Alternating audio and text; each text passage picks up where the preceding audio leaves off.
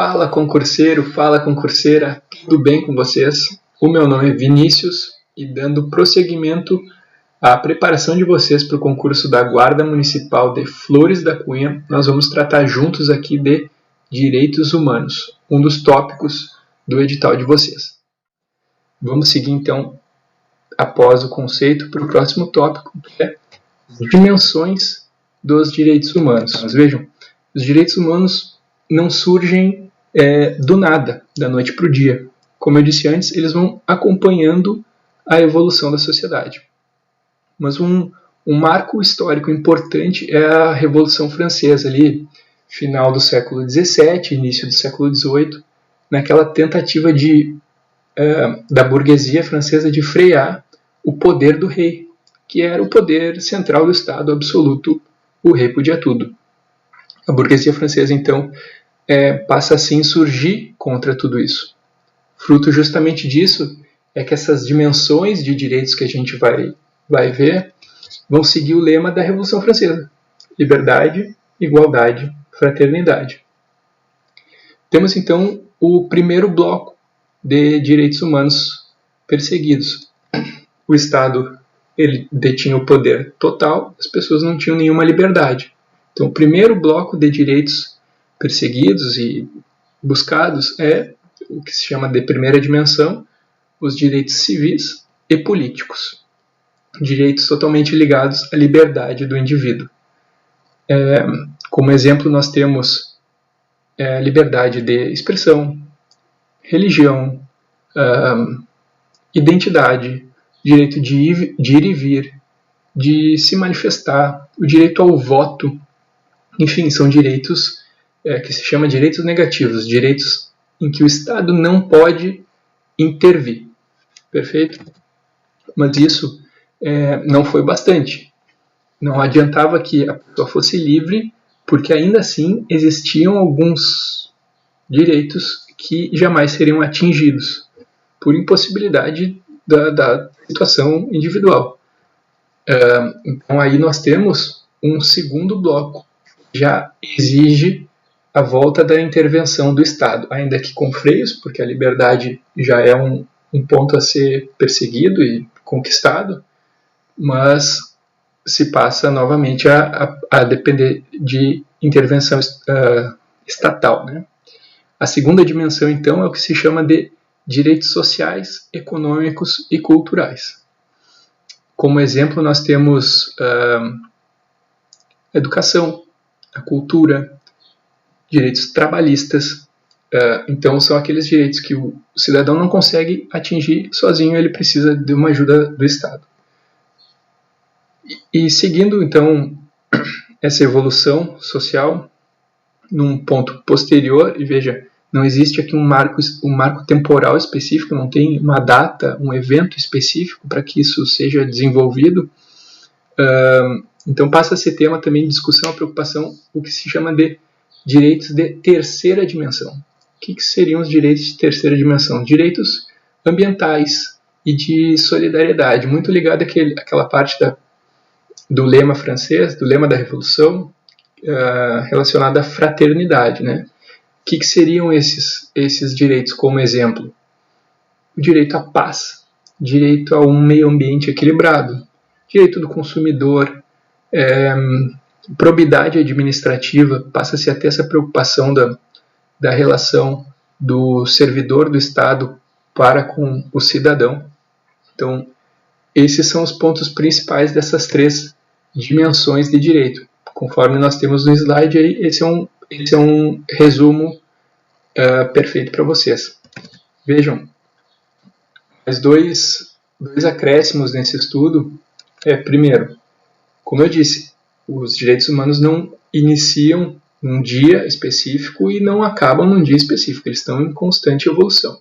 Por isso a doutrina já trata como quarta dimensão e quinta dimensão, sendo a quarta dimensão direitos relacionados à bioética e a quinta dimensão direitos relacionados à tecnologia.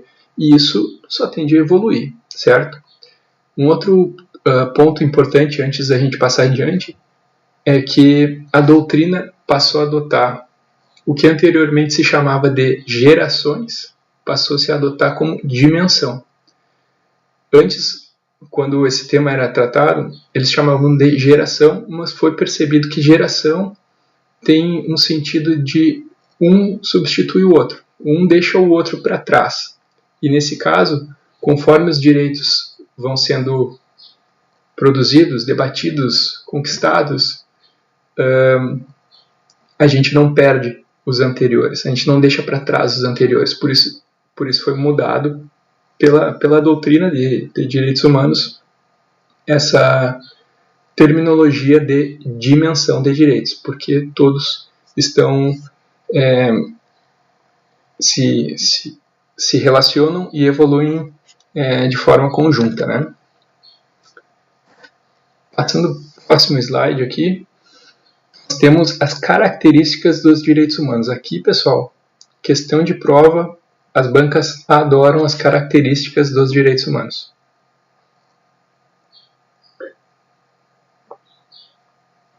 Começando pela historicidade. Vejam, a gente já falou disso. Eu já citei para vocês aqui, e eu citei 2 vezes inclusive, e os direitos humanos não iniciam em um determinado momento, não vão acabar em determinado momento, eles vão continuar evoluindo. Então a historicidade, os direitos humanos decorrem, se desenvolvem conforme a evolução histórica da sociedade. Eles acompanham, eles levam consigo a sua história, o seu histórico. Eles levam o que já tinham conquistado anteriormente para o próximo desenvolvimento, para a próxima promoção de direitos. Outra característica, universalidade. Também já citamos isso lá do conceito de direitos humanos apresentado pela ONU. Universalidade significa que os direitos humanos são aplicados a todas as pessoas em todos os lugares. Isso é facinho. Relatividade. Em regra, os direitos humanos não são absolutos, salvo 2 exceções. Vejam, os direitos, direito à vida, direito à liberdade. A liberdade a gente pode pegar como exemplo. A liberdade não é um direito absoluto. Ela comporta exceções. Nós somos livres, mas se praticarmos um crime, se formos condenados, podemos ser presos e ter a liberdade cerceada. Certo? Certo. Então ele não é um direito absoluto. Esse é o raciocínio. Mas essa característica de relatividade, ela comporta 2 exceções, que são questões que não podem ser relativizadas. Elas são absolutas. Vedação à tortura e vedação à escravidão. Em nenhuma hipótese, em matéria de direitos humanos, os estados podem aceitar qualquer justificativa para tortura e para escravidão. Vejamos aqui assim, uma situação de... nós temos um terrorista que colocou bomba em um prédio do centro da cidade. E explodindo essa bomba, ele vai fazer centenas de vítimas. Nós capturamos o terrorista. Podemos torturá-lo para ele dizer em qual prédio estão as bombas? Não podemos. Não há exceção para o uso da tortura. Esse é uma exceção à característica de relatividade. Perfeito? Ah, professora, mas isso é um absurdo. Bom, aí é outra questão, né? O entendimento pessoal a gente deixa para fora. Lembra do senso comum? Vamos seguir adiante. A irrenunciabilidade. A gente não pode... Aqui dá para a gente juntar as 2 próximas características. Irrenunciabilidade e inalienabilidade. A irrenunciabilidade eu não posso dispor, eu não posso abrir mão dos meus direitos. E a inalienabilidade, vamos de novo. Inalienabilidade, eu não posso negociar direitos humanos. Imaginem, pessoal, que eu tenho um filho e ele precisa de uma doação de coração. E o meu é compatível. Posso abrir mão? Meu direito à vida? Não. Aí é uma questão de ética da medicina, enfim. É só um exemplo, mas para vocês verem que a gente não pode negociar os nossos direitos humanos. Perfeito? Imprescritibilidade. Difícil essas palavras. Imprescritibilidade. Os direitos humanos não têm prazo para serem exercidos. Durante a minha vida, eu posso exercê-los a qualquer tempo e em qualquer lugar, porque eles são universais. Interdependência. Veja que quando a gente usa qualquer tipo de exemplo aqui, a gente consegue fazer ligação do direito à segurança com o direito à liberdade, do direito à vida. Enfim, eles são interdependentes, eles coexistem e se relacionam.